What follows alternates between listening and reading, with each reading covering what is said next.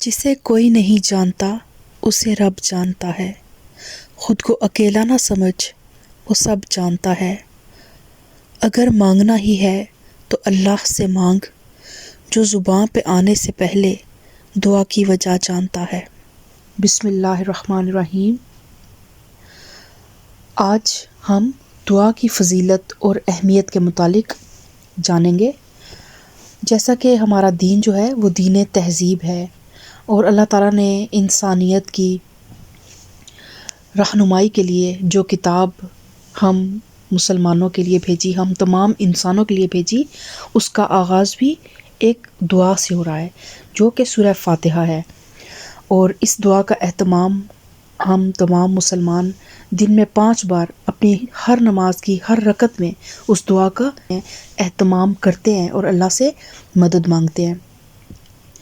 تو انسان کی تخلیق کا مقصد اللہ تعالیٰ کی عبادت کرنا ہے، اور اللہ تعالیٰ کا فرمان ہے وَمَا خَلَقْتُ الْجِنَّ وَالْإِنسَ إِلَّا لِيَعْبُدُونِ، کہ میں نے جنوں اور انسانوں کو صرف اپنی عبادت کے لیے پیدا کیا۔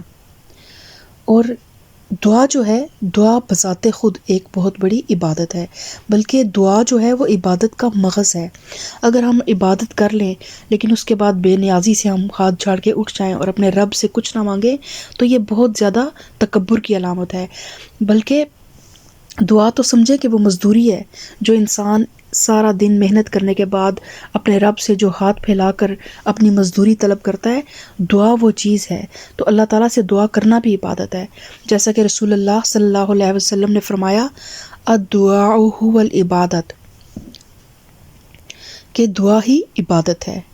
اور اسی طرح اللہ تعالیٰ سورہ بقرہ آیت نمبر 186 میں فرماتا ہے وَإِذَا سَأَلَكَ عِبَادِي عَنِّي فَإِنِّي قَرِيبٌ اُجِیبُ دَعْوَتَ الدَّاعِ إِذَا دَعَانِ، جب میرے بندے میرے بارے میں آپ سے پوچھیں تو کہہ دیں میں قریب ہوں، ہر پکارنے والے کی پکار کا جواب دیتا ہوں جب وہ مجھے پکارے۔ اور دعا کے مانگنے کے بھی آداب ہیں، اور اس میں سب سے پہلے تو یہ ہے کہ پورے اخلاص اور پوری نیت اور توجہ کے ساتھ اللہ تعالیٰ کے ساتھ دل کی حضوری کے ساتھ دعا مانگی جائے۔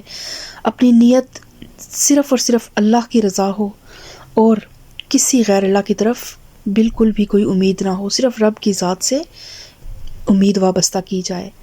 اور اللہ تعالیٰ کی حمد و ثنا سے دعا کا آغاز کرنا، دعا کی ابتدا اور اختتام پر درود پاک پڑھنا، قبولیت کے یقین کے ساتھ دعا مانگنا، اور اللہ تعالیٰ سے اپنے گناہوں کی بخشش طلب کرنا، اللہ تعالیٰ کے علاوہ کسی اور سے نہ مانگنا، پہلے اپنے لیے اور پھر دوسروں کے لیے دعا کرنا، اور نعمتوں پر اللہ تعالیٰ کا شکر ادا کرتے رہنا۔ دعا جو ہے لازمی نہیں کہ ہم زبان سے ہر وقت زبان سے جو دعا ہم کرتے ہیں، اس کے علاوہ ہمارا رویہ ایک بہت بڑی دعا ہے۔ جیسے ہی اللہ تعالیٰ کی کوئی نعمت، اپنی اولاد کو دیکھیں، اپنے صحت کو دیکھیں، اپنی اللہ تعالیٰ کی جو صبح سے لے کے رات تک جو نعمتیں اللہ تعالیٰ آپ پہ نچھاور کر رہا ہے، اگر ان نعمتوں کو ہم دیکھیں تو خود بخود ہمارے اندر ایک احساس پیدا ہوتا ہے، تو وہ احساس بھی جو ہے وہ دعا میں شامل ہوتا ہے، یعنی کہ نعمتوں پر اللہ تعالیٰ کا شکر ادا کرنا۔ اگر وہ شکر ہم الحمدللہ زبان سے کہنا تو بہرحال بڑا اچھی بات ہے، لیکن ہمارے دل کی گہرائی سے ہم اللہ تعالیٰ کے شکر گزار ہوں۔ اور بعض اوقات ہماری دعائیں اس لیے بھی قبول نہیں ہوتی کہ ہم صرف زبان سے ایک لفظ، ہماری زبان حرکت کر رہی ہوتی ہے لیکن ہمارا دل جو ہے وہ حاضر نہیں ہوتا، اور اللہ تعالیٰ پھر اس طرح بے توجہی سے مانگی ہوئی جو دعائیں ہیں، اللہ تعالیٰ بھی اس چیز کو پھر اتنی توجہ سے نہیں سنتا جس پہ انسان خود توجہ نہ دے۔ اور پھر دعاؤں کے بارے میں ایک اور بات بھی ہے کہ اللہ تعالیٰ کی ذات جو ہے وہ بہت باحکمت ہے، اس کو پتہ ہے کہ انسان کے لیے کیا بہتر ہے اور کیا انسان کے لیے بہتر نہیں ہے۔ بعض اوقات ہم دعائیں مانگتے رہتے ہیں لیکن ہماری دعا قبول نہیں ہوتی، اس کے پیچھے یہ وجہ ہوتی ہے کہ اللہ تعالیٰ بعض اوقات ہمیں، ایک تو اس دعا کی قبولیت کا وہ وقت نہیں ہوتا، وہ ہماری آئندہ آنے والی نسلوں میں کہیں کسی سٹیج پہ جا کے پوری ہو جاتی ہے.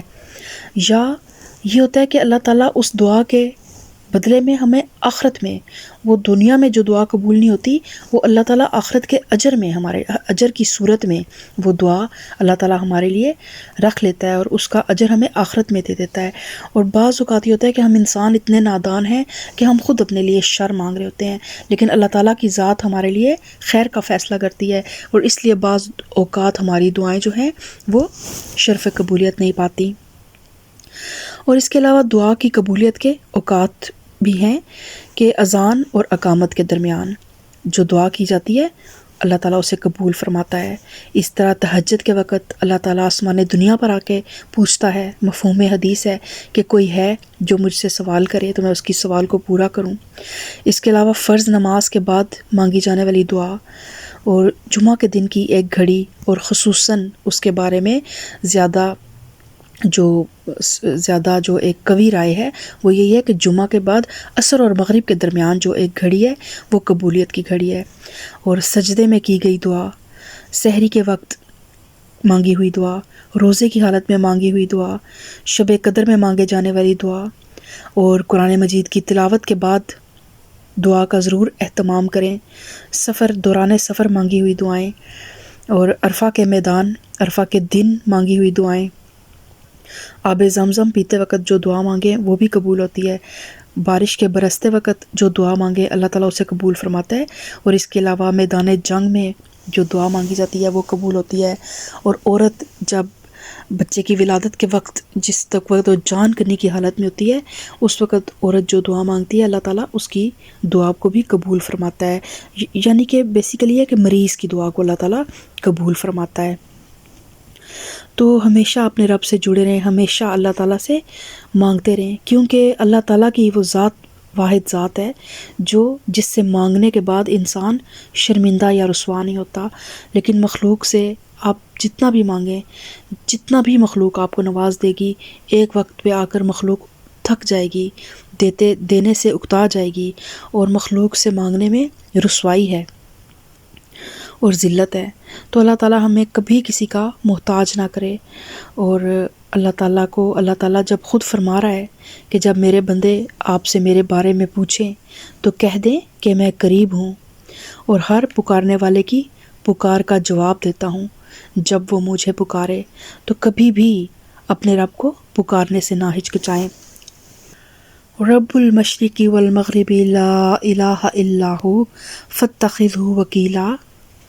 رب ہے مشرق و مغرب کا، اس کے سوا کوئی معبود نہیں، بس اسی کو کارساز بنا لیجئے. The Lord of the East and the West, there is no deity except Him, so take Him as disposer of your affairs. ربنا تقبل منا انک انت السمیع العلیم. اے ہمارے رب ہم سے قبول فرما، بے شک تو سب سننے والا جاننے والا ہے.